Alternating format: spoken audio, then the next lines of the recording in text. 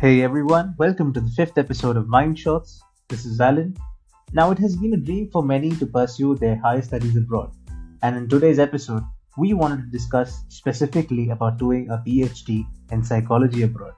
So, to get some clue about this, we have Ms. Fahima Mohideen, a PhD scholar in the Department of Psychology from the Rutgers School of Arts and Science, State University of New Jersey, Newark. Hi Fahima, welcome. Hi, thank you for having me on today. Let me just say, I think you all are doing a wonderful job with Mind Decoded, and I'm really looking forward to sitting down and chatting with you about my experiences today. Can you tell us a little bit about your background and what led you to take up doctoral research in psychology? Sure. I did my undergrad in psychology in Chennai from JBS College for Women, and then went on to do my master's in applied psychology with a clinical psych concentration from Pondicherry University. After that, I worked for a year as an assistant professor at Madras School of Social Work in Chennai, and then I worked for another almost a year at Christ University as a research assistant before I got into a PhD program. So that's a bit about my background, I guess, sort of like a big picture view. In terms of what led to it, I think I can trace it back to my first year of undergrad in social psych class. So I was always sort of a kid who had, I guess, scientific curiosity. So I always used to go to like these science exhibitions and participate in them and things like that. And in my first year class in social psych, I think that was when I first sort of had this spark of sorts where I was like, oh my God, this is fascinating. This is what I want to know more about. When I was reading about discrimination and stereotypes and how people formed relationships and things like that. And I think that was sort of when I started first thinking about research. I didn't know yet about how to do it as a career, but I was like, okay, this is interesting. And then I happened to read two books in my undergrad on behavioral economics. One was Freakonomics by Stephen Levitt and Stephen Dubner. And the other one was The Upside of Irrationality by Dan Ariely. And those two were the books that actually taught me that you can do research as a career and get paid for it. And that's actually a thing that you could do, because until then, all I had known about psychology was more in line with counseling or clinical psychology. And then the final thing that sort of made me be like, okay, this is what I want to do was in my third year, I saw this notice in my department for an undergrad research competition. And a friend and I decided to do it together. We got one of our professors to advise us on it, and we went on to win the second prize for that. So this was at Christ University. And sort of the process of going from, research question creation right up to presenting the results just was so meaningful and just invigorating and just so affirming that I was like, okay, I definitely want to do this. So yeah, that's kind of what cemented my intention to do a PhD in psych, and sort of the rest of my time in my master's, and after that I sort of just kept building on the skills and the experiences that I would need to get into a PhD program. So, how ahead or at what time should aspirants start preparing for something like this? In terms of research experience, I would say start early as you can. These skills take time to build, and the earlier the better. So as soon as you sort of start thinking about pursuing a PhD abroad as an option, start trying to gain research experience. Other parts of the application, like the standardized tests, like the GRE and the TOEFL, and getting letters of recommendation, people typically start preparing for them the year that they are going to apply, usually in the summer. So like May, June is when they usually write the exams, sort of leaving themselves enough time so that if they get really bad scores, they can take the test again. In terms of letters of recommendation, it's a good idea to build really good working relationships with professors so that they can speak to your skills and experience as a researcher and write you a really strong, positive letter. It's usually a good idea to talk to your professor about these things a few months before you plan to apply. So I think that's sort of the timeline of when you want to start preparing for things. And what is your opinion about pursuing doctoral research right after undergrad? I think it depends. For one, although you only need an undergraduate degree to be eligible to apply to a PhD program, not all universities in the US view the 3-year Indian undergraduate degree as equivalent to the 4-year undergraduate degree in the US. So that may be something that applicants may want to take into consideration. Secondly, and more importantly, admission committees really value and prioritize research experience. So not only just mere research experience, but also sort of the ability to be able to think through a research question and its methods, whether applicants are able to explain their research interests with clarity and purpose and connect it to its implications. And so I think if applicants think that they are there, if they have the research experience and sort of know exactly what they want to do in grad school, then that's something that they should decide for themselves. One thing that people can do to sort of get an idea of how competitive the applicant pool is the year that they want to apply, they can take a look at people's experience. Sort of just the mere numbers are usually there in graduate forums. One example of this is Grad Cafe. And they can also take a look at the CVs, which are sometimes available, graduate students in the labs that they want to apply to, and see what kind of experience did those people have when they applied to the school. And I think lastly, one thing that you do want to consider is cost. Applications are expensive, and you want to make sure that you are applying, you're sort of spending that money in a year that you do have the strongest chance of getting into the program. Now, what can aspirants keep in their portfolio to help their chances of selection at a university? I mean, for example, whether relevant documents, participating in conferences or internships, assisting in research positions maybe? Yes, all of what you just said. I think research experience is one of the most important parts of an application that committees are looking at to see who stands out. This can look a few different ways. One thing to do is approach a research active professor in your department and ask them if you can assist them with your work. While initially this may look like just grunt work, and that's fine, you're still learning, it's a good idea to use the opportunity to take initiative and get involved with other aspects of the project as well, in terms of data collection, analysis, and things like that. If this is not an option because you don't have research active professors in your department, or even otherwise, it's a good idea to get involved with independent research projects. So let's say you come across a conference notice and you're interested in doing something related to that topic.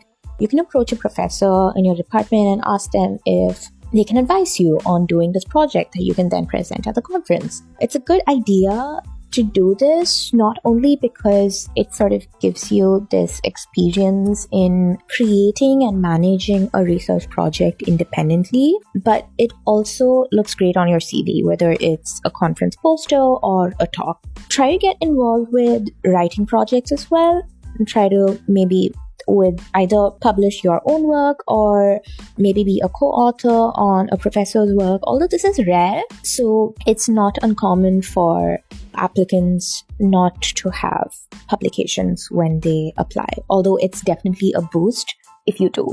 If you're able to get a research position, that's great as well.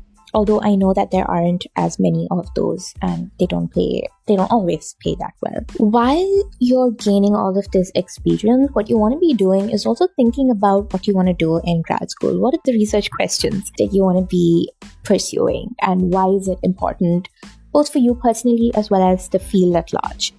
And you sort of want to start building a narrative that connects your skill and experience to your research interests, and that in turn to the research interests and work of the professor that you are going to be applying to. I think in terms of documents, you want to make sure that you send in your official GRE and TOEFL scores to the universities with enough time so that it reaches them before the application deadline. And other than that, I think that's just the mark sheets. So some universities require official transcripts. What that basically means is that you need to take photocopies of your mark sheets and get them attested by your university authority and then courier that, sort of like the hard copy, to the university you're applying to. And you want to make sure that you leave enough time so that it reaches them with sort of ample time before the deadline. What did you do to qualify for a candidate seat in the PhD program at Rutgers? How did that go? Right. So I applied to grad school 3 times, and I think the last time I applied was my most successful attempt. Not only because I actually got into a program, obviously, but also because this was the time that I got the most interviews. And there may have been a few different reasons for this. Firstly, I had a whole lot more research experience this time than compared to the previous times that I had applied. This obviously makes a huge difference, but I also think it really came through in the way that I was able to present my interests in my statement of purpose and sort of really hone my interests and build a cohesive whole that tied together my personal and professional experience with what I wanted to do in grad school and beyond. I identified broad research questions that I wanted to pursue and how I was prepared to pursue them with the guidance of the advisor that I was applying to. And that brings me to my second point. So the last time I applied, I focused more on applying to specific professors with whom I had the most overlap of research interests. This was why I said it's important to sort of start thinking about what exactly you want to be researching in grad school. By the time I started thinking about applying the third time, I knew that I wanted to do research in sort of the intersection of social and positive psychology. So my research interests are sort of in terms of well-being and happiness, as well as improving positive outcomes for disadvantaged populations. And that's sort of a niche area in that there aren't a lot of people who are combining methods and concepts from both these fields to address questions at this intersection. So what I did was started looking for professors who are doing research in the area that I wanted to work in. And I started looking at whether they were accepting students and tailored my application to demonstrate how I was a good fit for their research program and how their expertise was a good fit for what I wanted to be doing. I think those were the 2 things that may have sort of really made my application perhaps stand out for the programs that I was applying to. And I think lastly, when I was interviewing with professors, I really clicked with my current advisor. And I sort of knew right off the bat, as soon as I spoke to her the first time, that I wanted to work with her and that we would be a great fit, even sort of interpersonally, personality-wise. Has the pandemic affected anything in the PhD application process? Yes, the pandemic has changed the application processes a little bit. In terms of negatives, some universities have decided not to take in any applications this year. So, for example, the University of Pennsylvania isn't entertaining any applications this year. And I think that's something that applicants want to keep in mind. Even if there is a professor who you really want to work with, cross-check that the department that they are a part of is actually taking in students this year. In terms of positives, a lot of programs have decided to waive the GRE this year. What that means is you either don't have to take the GRE if you haven't taken it, if you're applying this year, but if you have taken it, you don't need to submit your scores this year. This is because of a combination of reasons. Firstly, there's been a bit of a conversation the last few years about how the GRE the GRE isn't a strong predictor of success in grad school, and also how it may be systematically disadvantaging women and other members of underrepresented groups in higher education. But also, with the pandemic, it's become really hard to test, and the testing process has become very complicated. because of which departments have decided to waive it this year. And I think it's a really good opportunity to take advantage of and apply to the programs that you want to, or where you think you may be a good fit. Okay, what are the things one should prepare for after coming to the US? Are there any do's and don'ts you would suggest? After coming to the US, I think just like any new place you go to, there's a lot of documentation and sort of processes like that are involved. Sort of getting your ID, your social security number, making sure your immigration and visa documents are all up to date. Just, boring adulting things that may be tedious but are necessary to keep track of. Other than that, in terms of do's and don'ts, I think the culture here is a little different in that there's a more informal hierarchy in place. It's fine to be open in classes, in conversations with professors, and just approach people and sort of start building connections and forming relationships with people so that you sort of build yourself a community. If there's something that you want to do, something that you want to learn, somebody you want to work with, just take the initiative and just go for it. Or ask someone to connect you to the person. Taking initiative is really appreciated here. And sort of just being open to learning and growing and forming new experiences, I think. Before we wind up, do you have anything else to share that we might have missed? I think we did a pretty good job covering all the important stuff. I would just add two things. One, academic Twitter. So that's basically where people in academia tweet on Twitter about, sort of their experiences. They answer questions. They post resources. It's sort of just informal communication on Twitter by academics. And besides being a great resource, I think it can also bridge some of the gaps that are often found in more traditional communication. One way to sort of tap into this is follow hashtag academic Twitter, which is the hashtag that most people in academia use on Twitter. And more recently, universities have also started hosting virtual graduate fairs where they basically host webinars where they talk about their program, and interested applicants can attend them and sort of ask questions about the program from the professors and students who are participating, or graduate students who are already in the program. And Twitter is a great place to keep an eye out for those as well.